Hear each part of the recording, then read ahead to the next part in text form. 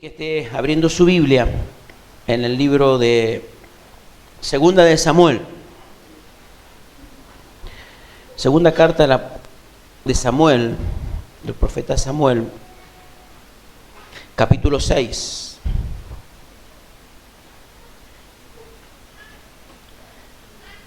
Segunda de Samuel, capítulo 6. Amén.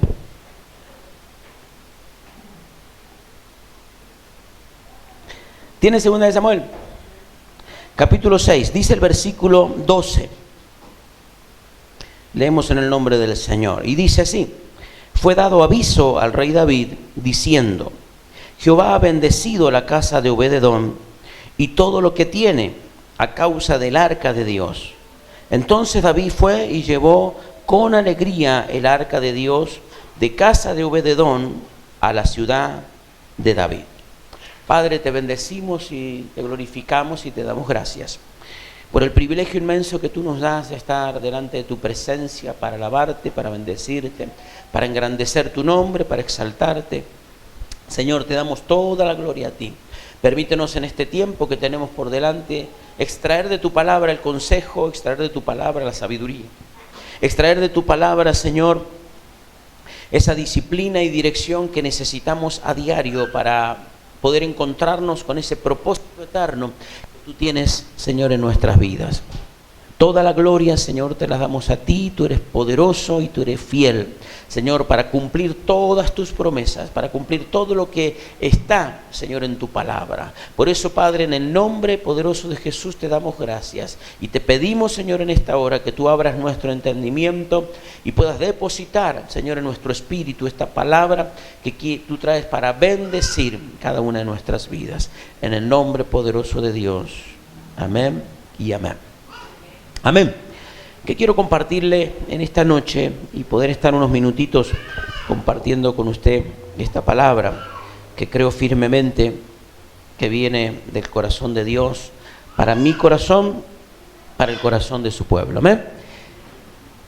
Cada uno de nosotros conocemos la historia de la intención que tiene el rey David de llevar el arca, lo que tipificaba la presencia de Dios, aquello que Dios le dio a Moisés como diseño para que él pudiera estar en medio del pueblo de Israel. Porque el deseo, la intención de Dios siempre fue y siempre será estar en medio de su pueblo, ser parte de la actividad, ser parte de lo que hacemos, ser parte de lo que somos. Que realmente nos familiaricemos con las cosas de Dios y no tengamos a Dios y sus cosas como algo en el cual místico o como algo en el cual está alejado de nuestra realidad. ¿Cuánto me van siguiendo? Dios es un Dios de relación. Dios es un Dios que quiere relacionarse conmigo. Dios es un Dios que quiere hacerse sentir. Dios es un Dios que quiere mostrarse tal cual es. Dios es Dios en el cual quiere revelarse y que nosotros como sus hijos podamos tener una relación genuina, transparente, directa con Él, sin intermediarios, sin nada en el cual podamos nosotros realmente buscar, sino que Dios es un Dios que quiere estar cerca del ser humano, cerca de sus hijos, por sobre todas las cosas de su pueblo. Y de esta manera, cuando Dios le dio el diseño a Moisés para el arca, el diseño de las cosas sagradas, el diseño del tabernáculo, el diseño de tantas cosas en el cual él después termina moviéndose y mudando su presencia realmente desde la eternidad a ese lugar determinado. Dice que cuando el pueblo se paraba, cuando se armaba el tabernáculo, cuando se armaba y se ponía la tienda y el arca en medio de la tienda, dice que la presencia de Dios descendía y era tal la presencia de Dios que realmente todo alrededor temblaba, todo alrededor realmente se conmovía. Y la gente podía ver la nube de la presencia de Dios, y hasta que la nube no se movía del tabernáculo, hasta que la nube no se movía del arca, de ese lugar, no avanzaban. Mientras estaba la presencia de Dios, mientras estaba realmente la presencia de Dios como figura ahí en el arca, realmente el pueblo de Dios estaba atento a ver qué es lo que Dios hacía. Cuando pasan los años, pasa el tiempo, el arca de Dios había quedado olvidada, el arca de Dios había quedado ahí por los diferentes motivos, el pueblo esparcido, realmente tantas cosas que sucedieron por la desobediencia de los gobernantes, la desobediencia del mismo pueblo de Dios.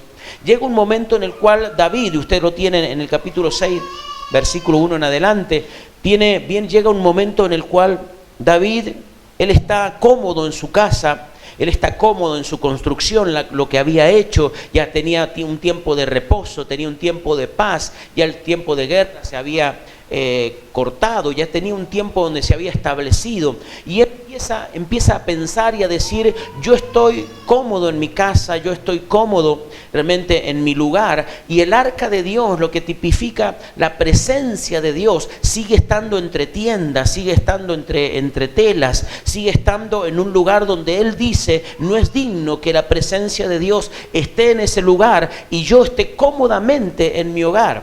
¿Cuánto me van siguiendo? En mi casa.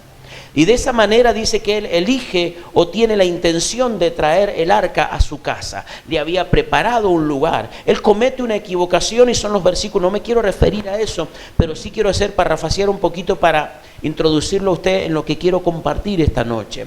Pasa todo lo que usted y yo sabemos que pasa. ¿Cuántos saben lo que pasó? Desde el versículo 1 hasta el 12 que hemos leído. ¿Sabe lo que pasó cuando murió Pérez Usa? Cuando pasó todo lo que el arca... ¿Cuántos saben todo eso? ¿O no lo sabe? Bueno, lea capítulo 6 de... No. Cuando él intenta traer en su primer intento, versículo 1 del capítulo 6, yo le invito a que usted lo lea en su casa. Él dice que pone toda su intención y pone un carro nuevo, bueyes nuevos, realmente delante del carro, y va a buscar el arca y la pone arriba del arca, del carro, y cuando están caminando hacia su casa, dice que los bueyes se desmandaron. Los bueyes tropezaban, los bueyes se desmandaron, dice el original. Y que cuando los bueyes se desmandaron, se espantaron, dice que rápidamente Pérez Usa, uno que iba alrededor del carro, dice que como reflejo tomó el arca quiso tomarla porque se tambaleaba y no para que no cayera en tierra, y literalmente dice que cayó muerto. El original, el hebreo, dice que un rayo lo partió por la mitad y cayó para un lado, un pedazo de Pérez Usa, y el otro lado del otro pedazo para el otro lado. Literalmente la presencia de Dios lo partió por la mitad. Dice que entró el temor en todo el pueblo y entró el temor en la vida de David, diciendo: algo estamos haciendo mal. Algo estamos haciendo mal. Y dice que David toma una decisión de llevar el arca, no seguir con la caminata, no seguir con la peregrinación, no seguir con lo que estaba haciendo, sino que dice que vio ahí a lo lejos que había una casa, y esa casa era de Obed-edom Geteo. Los versículos que usted y yo acabamos de leer, versículo 11 y el 12 que acabamos de leer. Y dice la palabra de Dios que Dios mandó a los principales que él tenía, diciendo: lleven el arca a esa casa y que se quede ahí. Todo eso pasa, y ahí viene la historia en la cual usted y yo estamos introduciéndonos. La palabra de Dios dice que estuvo el arca en la casa de Obed-edom Geteo 3 meses. Fueron 3 meses donde la casa de Obed-edom Geteo dice que fue transformada. Fue transformada a tal punto que fue bendecida, a tal punto, fue transformada a tal punto que todos los de alrededor notaban y vislumbraban algo diferente en la casa de Obed-edom Geteo, en la familia, en la finca, en los animales, en todo lo que estaba en poder de Obed-edom. Era bendecido, pero de una manera sobreabundante. ¿Cuánto me van siguiendo? Amén. Yo quiero notar 2 particularidades. Una, Obed-edom Geteo viene o es descendiente de los filisteos, tiene descendencia filistea. Y el arca permaneció, 2 cosas curiosas: el arca permaneció en la casa de un impío, porque los filisteos con los pueblos de Israel siempre fueron enemigos y fueron uno de los pueblos más que le hicieron muchísima contra al pueblo de Israel, al pueblo de Judá. Pero la presencia de Dios pudo estar ahí en la casa de Obed-edom Geteo 3 meses sin causarle daño, Y aquel jovencito Pérez Usa, que era del pueblo de Dios, cuando tuvo esa temeridad, cuando cuando tuvo esa osadía de, por un reflejo, con una intención de cuidar el arca, de tocarla, la presencia de Dios lo partió al medio. Podríamos decir que hay una controversia, o podríamos decir que hay algo ilógico. ¿Cuántos ven algo ilógico? Alguien del pueblo de Dios, a lo mejor no era un levita, a lo mejor no era realmente del real sacerdocio en el cual estaban a cargo de las cosas sagradas, pero era parte del pueblo, era parte del pueblo de Dios, era un israelita, un hebreo. Pero dice la palabra de que Dios, que con él, con ese muchachito que no tenía nada que ver, Dios mostró su descontento. Y con Obed-edom geteo, que no tenía nada que ver con linaje real, con real sacerdocio, con una historia realmente del pueblo de Dios, Dios lo bendijo. ¿Cuántos ven una controversia o algo ilógico?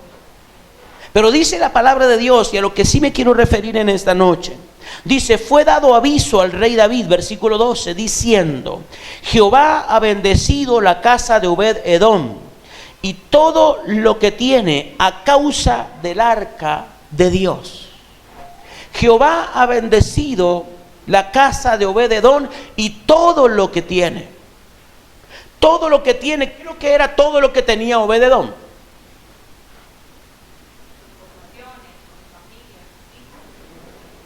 Todo lo que tenía, su familia, su matrimonio, sus hijos, sus animales, su finca, sus hortalizas, a lo que se dedicaba Obed-edom geteo, dice la palabra de Dios, fue dado aviso al rey David diciendo: Obed-edom se ha bendecido de tal manera, pero hay una causante, hay un motivo, hay una causa, y esa causa es el arca de Dios en su casa. El arca de Dios en su casa, la presencia de Dios en su casa. El arca medía casi 2 metros de longitud, más un medio metro de ancho y de alto. Era un mueble importante.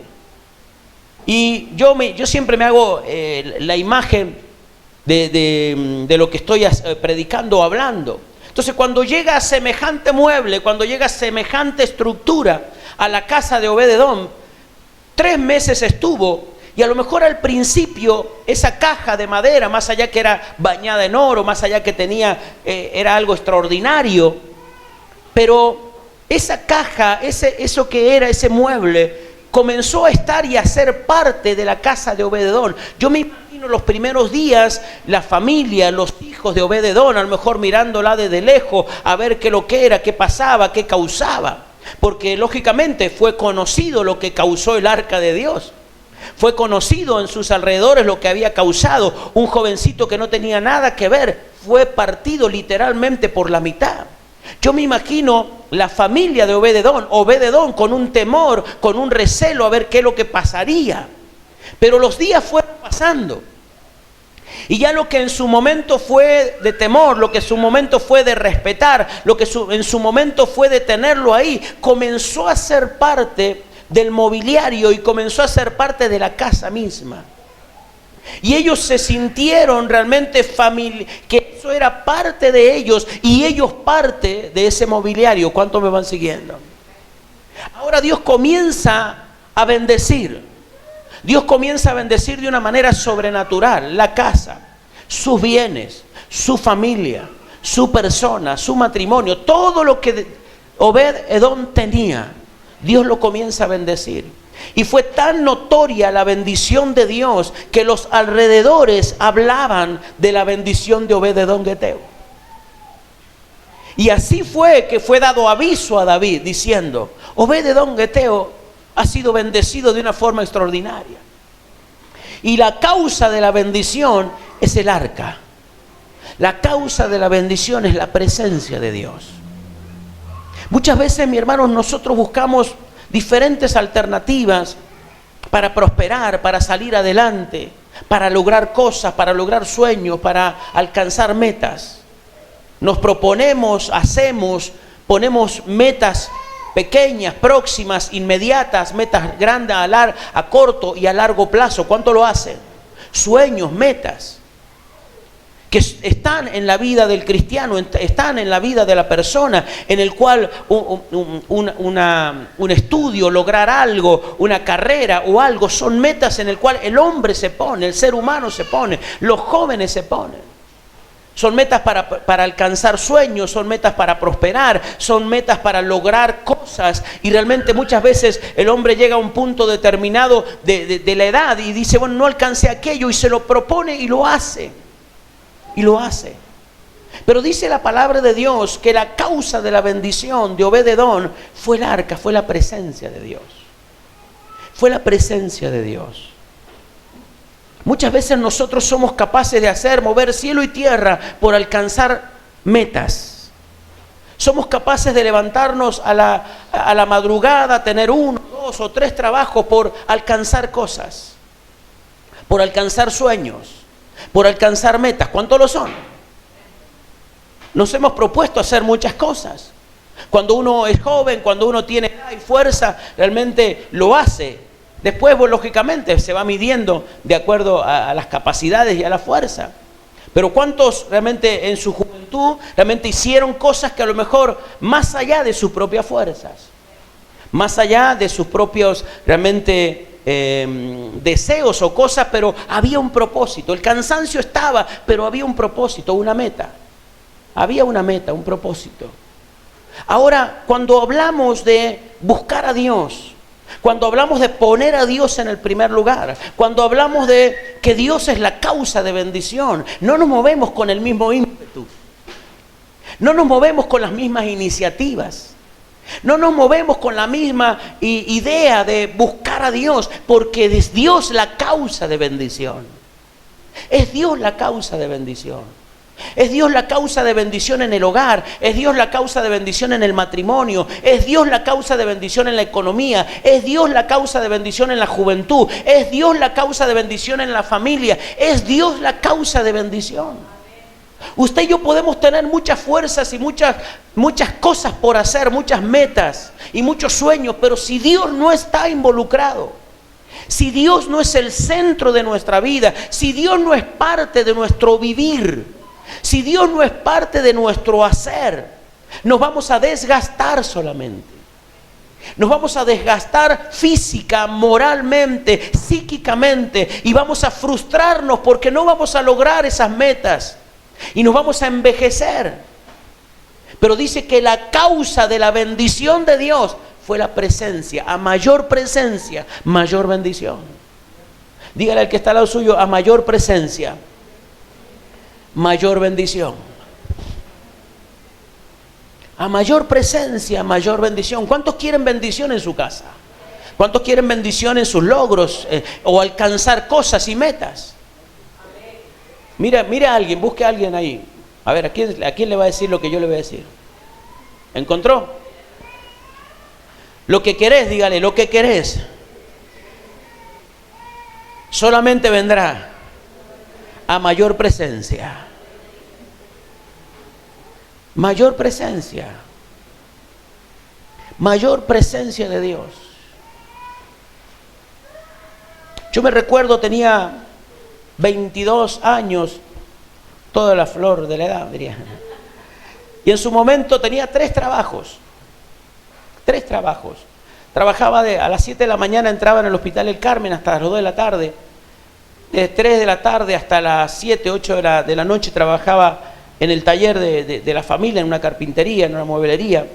Y a las 12 de la noche me iba a retirar el diario, en ese tiempo salió el diario 1, hasta las 3 de la mañana.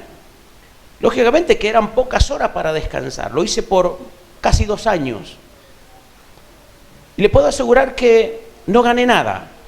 Eso sí se lo puedo asegurar. Me desgasté muchísimo, pero no gané nada. Porque no era el propósito de Dios desgastarme. El propósito de Dios es que la voluntad de Dios y la presencia de Dios siempre esté en el primer lugar. En ese tiempo, lógicamente, dejé de hacer cosas para Dios, porque no había tiempo. Porque a veces había otras obligaciones, o tenía que estar en el trabajo, o tenía que hacer esto o aquello, o tenía que dormir. Entonces empezamos a priorizar. Por eso cuando yo le hablo de algo y le digo, mi hermano, haga esto, porque yo ya lo hice y lo hice mal. Y me di cuenta, y Dios fue claro en poder darme luz para poder entender que la causa de la bendición, más allá que Dios me da el esfuerzo, la capacidad, la pericia, la habilidad, el tiempo, la vida, pero la causa sigue siendo Él. La causa de bendición es Él. Nunca ponga como excusa, mi hermano, hoy no puedo hacer esto porque Dios sabe. Dios sabe que no está en el primer lugar. Eso es lo que Dios sabe. Eso es lo que Dios sabe. Porque muchas veces somos rápidos para argumentar en nuestra mente y calmar nuestras ansiedades o calmar nuestros pensamientos para hacernos pensar que estamos haciendo bien. Pero el Espíritu tiene que darnos testimonio a nuestro espíritu de que lo correcto es poner a Dios en el primer lugar. Cuando usted decide por Dios, cuando usted prioriza a Dios, cuando usted pone a Dios en primer lugar, Dios va a respaldar su vida en todo lo que haga. Porque Dios no es hombre ni hijo de hombre para mentir o arrepentirse. En Él no hay sombra de variedad. Lo que Dios dijo lo va a cumplir.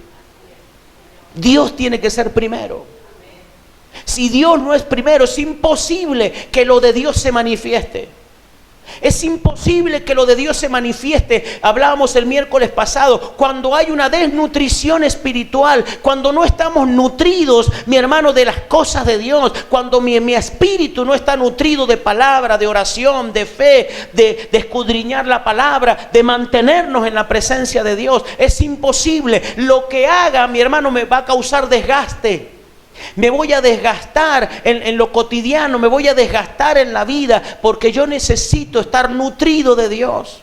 Jesús, cuando le decían, mira, que Él decía, mi comida es hacer la voluntad de Dios, no estaba hablando de que era su dieta. Él estaba hablando de su prioridad. Él estaba hablando de su propósito. Hacer la voluntad de Dios es lo primero que yo tengo que hacer. Por eso me gusta esta palabra. Infinidad de veces la he predicado, la historia de Obed-edom, porque marca, mi hermano, el hecho de que aún un hombre impío, aún un hombre equivocado, aún un hombre sirviendo a otros dioses, pero elige servir a Dios después porque entiende que no hay otra manera de ser bendecido. En esos 3 meses su vida cambió. En esos 3 meses dejó de adorar a dioses paganos para adorar al Dios verdadero. Tanto fue así que cuando vinieron a buscar el arca, él le pidió y le rogó a David que lo dejara acompañar el arca. Que lo dejara. Él se despojó de su casa, se despojó de sus bienes, se despojó de todo el bienestar que había causado el arca, por el hecho de decir, no, yo me voy con lo que causa la bendición. No me quedo con la bendición, me voy con la causa de bendición. ¿Cuánto me van siguiendo? Muchas veces queremos la bendición de Dios, pero no nos estamos dando cuenta que lo que yo tengo que pedir y lo tengo que absorber y tengo que lograr es el que causa la bendición en mi vida. Lograr tenerlo a Dios en mi vida. Lograr tener la presencia de Dios dentro mío, lograr tener la presencia de Dios en mi hogar, en mi casa, porque teniéndolo a Dios yo lo tengo todo. Hay veces que queremos el todo de Dios y nos olvidamos del dador, el todo. A ese yo necesito el todo, a Dios. Necesitamos a Dios, involucrarlo en nuestro hogar, necesitamos ponerlo como prioridad para que las cosas cambien. Para que mi vida cambie, para que el entorno cambie, para que todo lo que hagamos sea bendecido y obtengamos los resultados que por muchos años muchas veces no hemos obtenido. Por mucho esfuerzo, por mucha devoción, mi hermano, muchas veces no lo hemos obtenido. Pero necesitamos poner a Dios para que las cosas cambien. Ponerlo a Dios en el primer lugar. Servir a Dios, poner las cosas de Dios, priorizar las cosas de Dios, priorizar una cita con Dios. Una cita con Dios puede cambiar su vida y la mía. Un momento con Dios puede transformar, mi hermano, un entorno, una familia. Una palabra con Dios. Un momento con Dios puede cambiar su vida para siempre. Cuando valoramos el momento, cuando valoramos la cita, cuando valoramos realmente lo que causa la bendición y tener la presencia de Dios. Un momento con Dios. El salmista David decía, un día en tus atrios es mejor que 1000 fuera de ellos. Un día por 1000. 1000 días no satisfacen tanto como un día contigo. Un día en tus atrios. Un día en tu presencia. Un día en tus cosas. Tu presencia reinando en mi vida hace la diferencia. La presencia de Dios hace la diferencia. Dice la palabra de Dios, el versículo que leíamos. Fue dado aviso al rey David diciendo, Jehová ha bendecido la casa de Obed-edom y todo lo que tiene a causa del arca. A causa del arca. ¿Cuántos quieren que la causa o las noticias de la bendición de Dios sea notoria en su vida, en nuestra casa, en nuestro hogar? Mi hermano, no, más allá que lógicamente que tenemos que tener nuestra vida apta, pero en el trabajo apta en las cosas de Dios y buscar la perfección y buscar santidad y buscar realmente servirlo. Pero Dios quiere bendecir nuestra vida y no está mirando nuestra condición. Dios no está mirando si yo tengo lugar o no en mi casa. Dios no está mirando si yo estoy apto o no. Dios no está mirando si yo soy santo o no. Dios quiere habitar en medio de mi vida. Y Él va a hacer la diferencia cuando yo pueda entender que Él quiere habitar en medio de mi vida. En mi hogar, en mi persona, en mi corazón. En mi hogar, en mi familia, en todo lo que yo haga, involucrarlo a Dios. Para que Él sea la causa de bendición. Y yo pueda andar alrededor de Él, no Él alrededor mío buscando una oportunidad, sino que yo pueda estar alrededor de la presencia de Dios como estuvo la familia de Obed-edom alrededor del arca, familiarizándose con las cosas de Dios. Lo de Dios tiene que ser familiar para su vida, lo de Dios tiene que ser maniable para su vida, lo de Dios tiene que ser normal para su vida. La presencia de Dios, los frutos del Espíritu, las cosas que Dios, lo espiritual, el mundo espiritual tiene que ser, mi hermano, algo normal para nosotros. En el trabajo, en el trato, en lo que hacemos, en la rutina diaria. Tenemos que movernos de una forma, mi hermano, normal en las cosas de Dios. Y que no sea un causante de exclamación el hecho de cuando sentimos a Dios hacer algo. Que seamos normales en las cosas de Dios. Pero necesitamos la presencia de Dios. Necesitamos la presencia de Dios en nuestra vida. Necesitamos la presencia de Dios en nuestro hogar. Necesitamos hacerle lugar a la presencia de Dios. Necesitamos hacerle lugar en nuestra vida, en nuestro hogar, en nuestra familia, a la presencia de Dios. ¿Cómo podemos hacerle lugar? ¿Qué significa hacerle lugar? Meterlo a Dios en nuestras cosas. Orar, hacer tiempo para orar en la familia, en la mesa, cuando estamos, dedicarle tiempo a Dios. Tener momentos, un altar de oración, tener momentos de devocional, tener momentos de la presencia de Dios, de búsqueda, en familia, en lo personal, encerrándome en mi habitación, tener un lugar, hacerle lugar a Dios. Hacerle lugar a Dios, salir de la rutina, no, pero yo oro a este horario, pastor, y después no, bueno, pero Dios sabe, romper con las rutinas y meterlo a Dios. Meterlo a Dios en todo lo que hacemos. Darle gracias a Dios, poner a Dios en primer lugar, darle gracias a Dios por la comida, darle gracias a Dios por lo que tenemos, bendecir, mi hermano, lo que hacemos, donde estamos, hacerlo parte de todo lo que hacemos. Para que la presencia de Dios se sienta a gusto y yo me empiece a familiarizar con las cosas de Dios. Familiarizarme con la palabra, familiarizarme con las historias, familiarizarme con lo que Él es, con lo que Él puede llegar a ser en nuestras vidas. Fue dado aviso al rey David diciendo, Obed-edom ha sido bendecido de una manera extraordinaria. Y la causa es el arca. Mi hermano, es el deseo más grande que Dios lo bendiga de una forma extraordinaria. Es mi oración, es mi deseo, que Dios pueda sobresalir en usted la presencia de Dios y alcanzar metas, sueños, logros. que su vida sea bendecida. La palabra de Dios dice que la bendición de Dios no añade tristeza.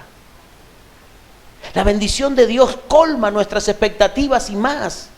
Pero muchas veces llamamos bendición a algo que no es bendición, que solamente es un esfuerzo sobrehumano por alcanzar algo. Y lo único que ha producido en nosotros es un desgaste físico, mental, psíquico, y que no alcanzamos a disfrutar lo que tenemos. O ha sido parte de embargarnos en cosas para lograr metas y sueños. Y después con el tiempo empezamos a renegar, porque lógicamente todo aumenta, todo se sale de control. La bendición de Dios no añade tristeza. La bendición de Dios no añade tristeza. Y cuando usted y yo nos familiarizamos con la bendición de Dios, por eso cuando Obed-Edom realmente fue dado aviso que el arca iba a ser sacada de su casa, él le pidió y decir: déjame por lo menos cuidar la puerta de donde va a estar, ser un portero del arca. A lo mejor ya no lo puedo tocar más, porque no soy digno. A lo mejor ya no puedo limpiarla, pasarle ahí el blend, pero quiero estar cerca del arca. Quiero estar cerca del arca. Y dice que Obed-Edom le pidió por él y por sus hijos. Y 2 de sus hijos fueron porteros del arca, del lugar donde estaba, por siempre. Quedó en la historia. Mi hermano, la iglesia, por años, yo hablaba con alguien en estos días y siempre digo lo mismo: lo de Dios no es mágico. Lo de Dios no es magia. Lo de Dios no tiene que ver, mi hermano, con que usted diga 2 o 3 palabras y las cosas suceden. Lo de Dios tiene que ver con un proceso. Lo de Dios tiene que ver con decisiones. Lo de Dios tiene que ver con prioridades. Lo de Dios tiene que ver, mi hermano, con disposición. Yo tengo que priorizar, yo tengo que decidir, yo tengo que disponer, movilizarme para producir el cambio. Yo no puedo pretender en un día de oración y en un día de hacer cosas bien, de buscar la presencia de Dios, que al otro día las cosas cambien. No sucede de esa manera. No sucede de esa manera. Lo de Dios tiene que ver con un proceso de crecimiento. Lo de Dios tiene que ver con un proceso en el cual de cosas extraordinarias. Que Dios lo puede hacer de la noche a la mañana, no lo dudo. Pero Dios quiere enseñarnos a nosotros a construir una vida y una relación con Él. Construir una vida en la presencia de Dios. Construir una relación con Él. ¿Cuánto me van entendiendo? Una relación con Él. Las relaciones se construyen. ¿Cuántos creen que las relaciones se construyen? La relación con Dios se construye. Vamos construyendo, vamos conociendo, vamos poniendo un ladrillo a la vez, vamos haciendo algo en el cual voy conociendo los atributos de Dios, voy conociendo, cambiando, voy haciendo cosas para agradar a Dios. Y ese agradar a Dios y ese buscar de Dios va a ir produciendo en nuestra vida cambio, transformación, bendición, cambios de rutinas, cambio de semblante, cambio de carácter, para que la gloria de Dios se manifieste. Y cuando menos quiera yo acordar, la gloria de Dios será tan notoria en nuestras vidas que ni siquiera nos dimos cuándo empezamos a vivir en bendición. Todo lo que Obed-Edom tenía fue bendición de Dios. Un hombre que no estaba, que no era un vago, no era un flojo, pero que se notó cuando llegó el arca, llegó la presencia de Dios. Fue notoria el cambio. Fue notorio que la causa de la bendición era la presencia de Dios. La iglesia tiene que entender que todo lo que nosotros podamos hacer está bien, pero nunca deje a Dios de lado, porque la causa de todo es Dios. La causa de la vida es Dios, la causa de la bendición es Dios. Todo tiene que ver con Dios. Todo tiene que ver con Dios. Si los jóvenes quieren alcanzar sueños, involúcrenlo a Dios. Si quieren alcanzar metas, involúcrenlo a Dios, búsquenlo a Dios. A mayor presencia, mayor gloria, mayor presencia de Dios, mayores bendiciones serán. Los matrimonios, las casas, la familia, a mayor presencia, mayor bendición de Dios. Mayor alcance de las bendiciones de Dios. Lo de Dios no es mágico, lo de Dios no es magia, lo de Dios tiene que ver con principios, lo de Dios tiene que ver con, mi hermano, conseguir la palabra de Dios y el diseño de Dios. Cuando nosotros queremos transformar esos diseños y esos principios en voluntades propias o humanas, es cuando caemos en el error. O tratar de analizarlo a Dios. Lo de Dios tiene que ver con obediencia, solamente con obediencia. Y la palabra de Dios dice en Deuteronomio que en la obediencia está la bendición. En la obediencia. No está en el hecho de analizar, de entender, de creer. No está ni siquiera de creer, ni analizar, ni ver. En la obediencia está la bendición. Yo obedezco, Dios responde. Yo obedezco, Dios hace. Yo obedezco, Dios respalda. Yo obedezco, Dios provee. ¿Cuánto me van siguiendo? No hay otro modo, no hay otro modelo. No hay otra forma. En la obediencia está la bendición. No está en el entendimiento. No está en el conocimiento.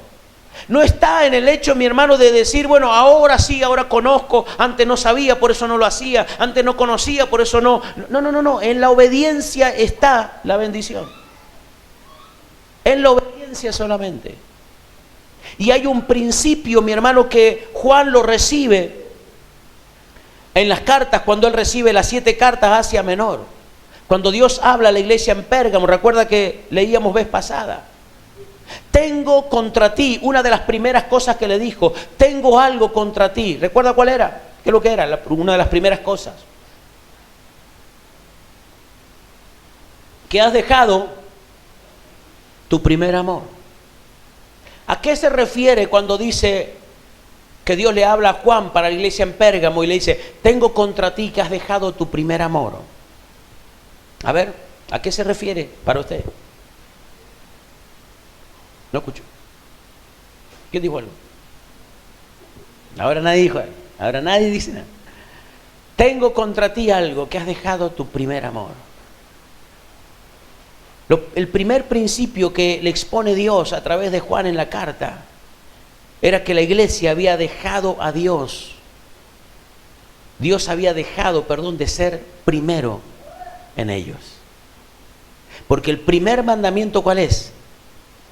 Amarás al Señor tu Dios con todo tu corazón, con toda tu alma, con toda tu mente. Y el segundo es semejante al primero. Amarás a tu prójimo como a ti mismo. Cuando dice de tu primer amor, no está hablando, mi hermano, cuando nosotros llegamos al Señor y nos movemos en ese primer amor, decir que todo está bien. No está hablando de eso. Cuando habla del primer amor, está hablando del primer lugar, del primer amor que yo tengo que tener con Dios. Yo tengo que tener un amorío con Dios. De ese amor está hablando. La iglesia había dejado de ser, Dios había dejado de ser primero en ellos. Dios había dejado de ser prioridad para ellos. Dios había dejado de estar en el primer lugar, en el podio de sus vidas. Eso es haber dejado el primer amor. Tengo algo contra ti, que has dejado el primer amor. Y es peligrosísimo, mi hermano, cuando sacamos a Dios del primer lugar. Porque cuando usted y yo sacamos a Dios del primer lugar, nos transformamos, mi hermanos, en infieles. Y nos prostituimos. Perdón la palabra o la expresión. Pero cuando sacamos a Dios del primer lugar, nos prostituimos. Porque amamos cualquier cosa. Abrazamos cualquier cosa. Compartimos con cualquier cosa. Somos uno con cualquier cosa. Puede sonar duro, puede sonar fuerte. Pero cuando usted y yo sacamos a Dios del primer lugar, nos prostituimos espiritualmente. Y cuando, mi hermano, dejamos de tener relación con Dios, empieza la infidelidad. Empieza a crecer el pecado y tenemos que volver a Dios. Tenemos que volver a poner a Dios en el primer lugar. Tenemos que volver a poner a Dios en el primer lugar de la casa, del hogar, de la familia, de la economía, de los sentimientos. Poner a Dios en el primer lugar en nuestras vidas. Dios es primero. Dios es primero. Dios no ocupa segundos lugares. Dios no ocupa segundos lugares en la vida de nadie. O Dios es primero o Dios no está. Porque Dios no ocupa segundos lugares. Tengo algo contra ti, has dejado tu primer amor. Y cuando se deja el primer amor, mi hermano, se empieza a desvirtuar todo. Se empieza a desvirtuar todo. Y empezamos a malgastar el dinero, empezamos a malgastar las fuerzas, empezamos a malgastar el tiempo. Porque Dios no es primero. Por eso cuando David oyó que el arca era la causa de bendición de la casa de Obed-edom, dice que él con alegría fue y la buscó. Pero antes, si usted lee Primera de Crónicas 15, creo que es, si usted lee la historia, dice que él fue y preguntó, le aconsejaron diciendo cómo había sido los primeros tiempos, cómo se trasladaba, y dice que él buscó los levitas para que trasladaran el arca en sus hombros, con las varas que la llevaban, la transportaban. Y dice que ahí él pudo gozarse, alegrarse, danzar delante del arca y gozarse, porque Dios estaba respaldando su iniciativa. No hay nada más extraordinario verlo a Dios respaldando nuestra vida, nuestras cosas, nuestros hechos, nuestros sueños, verlo a Dios involucrado. No hay nada más extraordinario. Yo quiero en esta noche que usted y yo hagamos todo lo necesario, mi hermano, para tener la presencia de Dios y buscar la presencia de Dios y familiarizarnos con la presencia de Dios y hacer que las cosas cambien. Porque no, lo de Dios no es producto, mi hermano, de seguir 10 pasos para lograr esto, 20 para aquello, 5 para aquello, como si fuera la búsqueda de un tesoro. Más allá que lo es, el tesoro más extraordinario que podemos tener es la presencia de Dios. Pero Dios se da a conocer, Él no es algo que nos está causando escondiéndose de nosotros. Tenga la presencia de Dios, busque la presencia de Dios, gima por la presencia de Dios, llore por la presencia de Dios, y cuando la tenga verá la diferencia en su vida, en su hogar, en su familia, porque lo de Dios siempre es notorio. Dios no pasa desapercibido en una vida. Cuando Dios está en alguien, el semblante cambia. Cuando Dios está en una casa, su casa cambia. Cuando Dios está en el hogar cambia. La presencia de Dios es notoria en las vidas. Yo quiero que cierre sus ojos. Adórelo a Dios.